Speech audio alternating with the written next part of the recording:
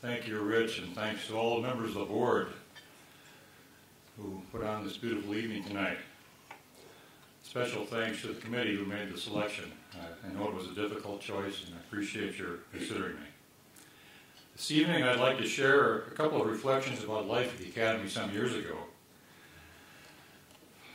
But first, there are some special people I'd like to recognize. Mike Sheehan, you are both eloquent and generous in your remarks.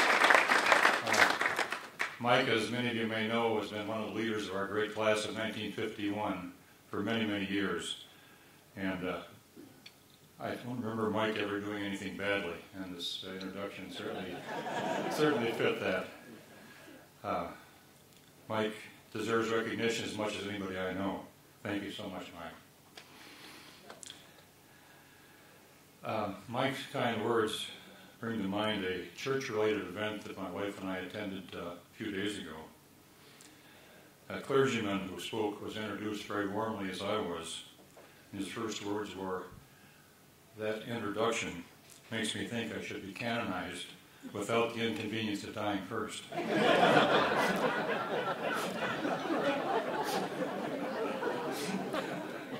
Thank you, Mike. Now then there is George Snell. Everybody here knows George Snell. George is one of the quiet superstars. Why are you over in the corner, George? He's one of the quiet superstars who has served this school in a variety of roles for many, many years. A year or more ago, George decided that my name should be put in nomination for this award. And so he worked very diligently with the undercover help of some members of my family to assemble information in support of the nomination. I certainly wouldn't be up here tonight without your initiative and your support, George. Thank you very much.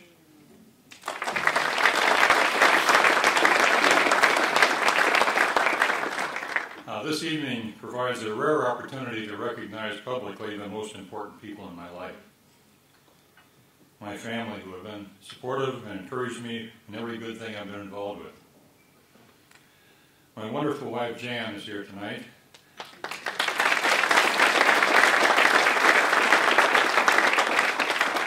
Our daughter, Mary, and her husband, Chad. Our three St. Thomas Academy graduate sons, Mike, class of 1988, and his wife, Heidi. John, class of 1990, whose wife, Emily, unfortunately found that two children were sick with the flu and had to stay home tonight.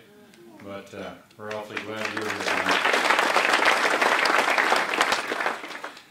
And finally, our youngest son, Dan, class of 1992, and his wife, Karen, are here tonight.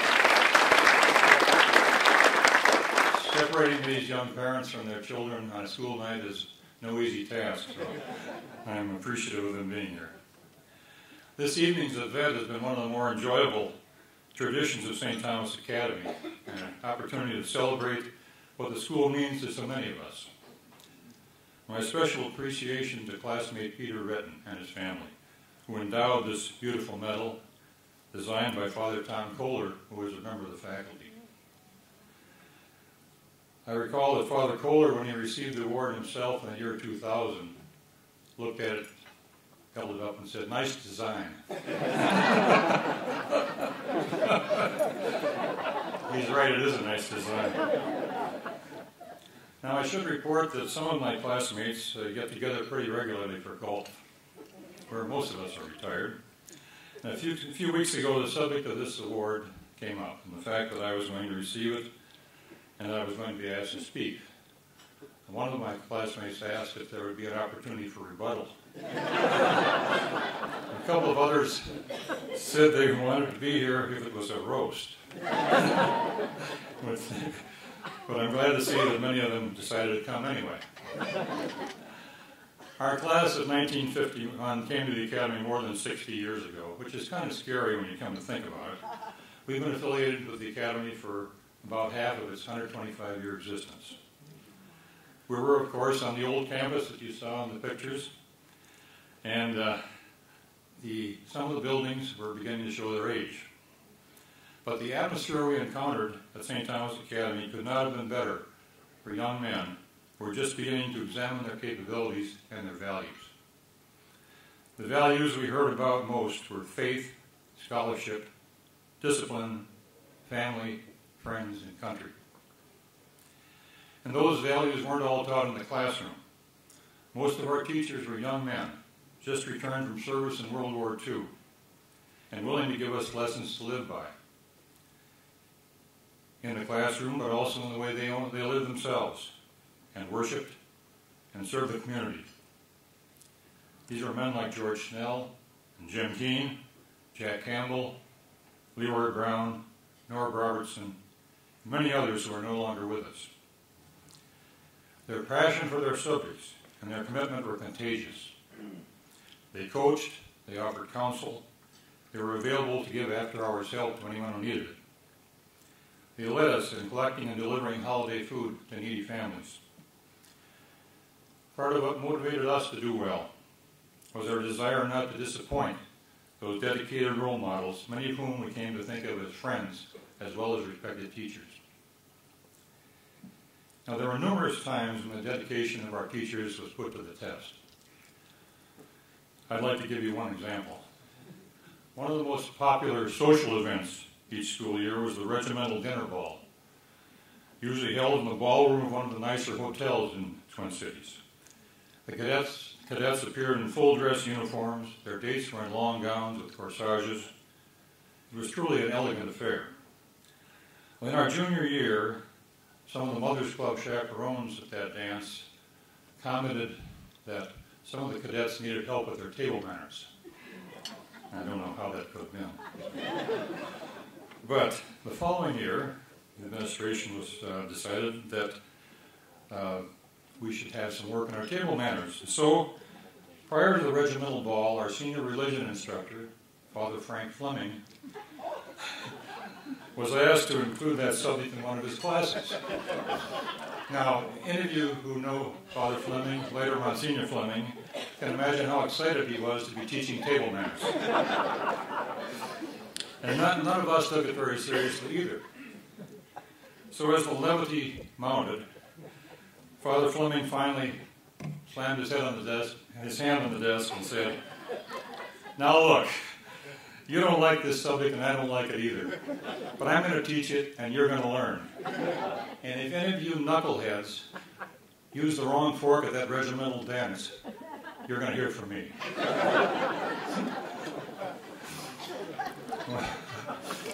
At the academy, we were expected to take our appearance seriously. Shine shoes, pressed uniforms, precise marching, crisp handling of flags and rifles. We thought we looked pretty good. And on the crack drill squad, we tried to take those standards a step further. We had unique uniforms, special rifles, and a cadence that was quite distinct. It's fair to say that there was a certain element of ego involvement in what we did. Now, one of the valuable lessons we learned at that time was that real life often has a way of bringing egos back to earth. Here's one of the ways it happened for us. The squad had just completed the drill at the St. Paul Auditorium in connection with Winter Carnival. And we had been at our best. The cadence had been just right. The lines were straight. No one had dropped a rifle. In short, we thought we had been superb examples of mature military precision.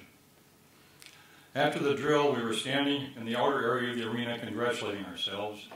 Some of the members of the squad, Jack Lee, Dick Palin, Ron Smith, Jim Mullen, Jerry Mullen. When a group of women from the Winter Carnival staff came up to congratulate us, their first words were, "You boys were so cute."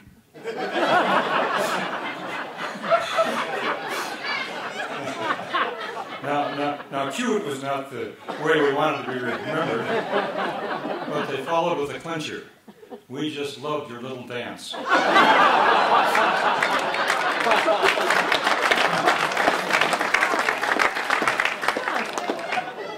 Sic transit gloria. Since graduation in June of 1951, our class has remained remarkably close. After college and 3 years in the Navy, I returned to the Twin Cities and was immediately impressed with a number of classmates and other alumni who are active in almost every element of Twin Cities life: the church, business, financial services, social services, academia, the professions. What a helpful network that was, of good people with a lot in common. My working career, as was mentioned, was with the Federal Reserve Bank of Minneapolis, one of 12 regional Federal Reserve banks. Even there, believe it or not, there was a St. Thomas Academy connection.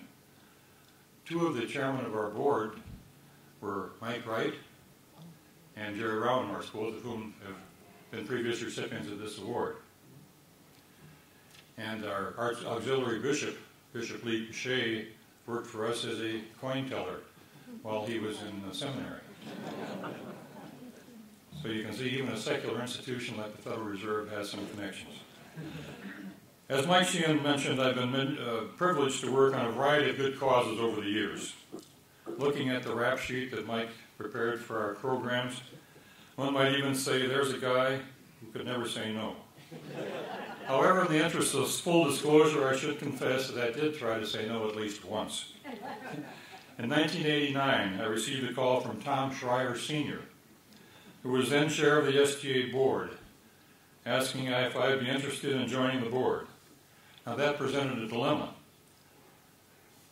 It was something I really wanted to do, but I had just completed 6 years on the visitation board, had a number of new challenges at work, and I told myself and my family that I was going to take some time away from new commitments. So I said, Tom, I'd be honored to serve on the Academy board, but do you suppose I could wait a year or two? There was a brief pause. Then Tom brought out the nuclear option.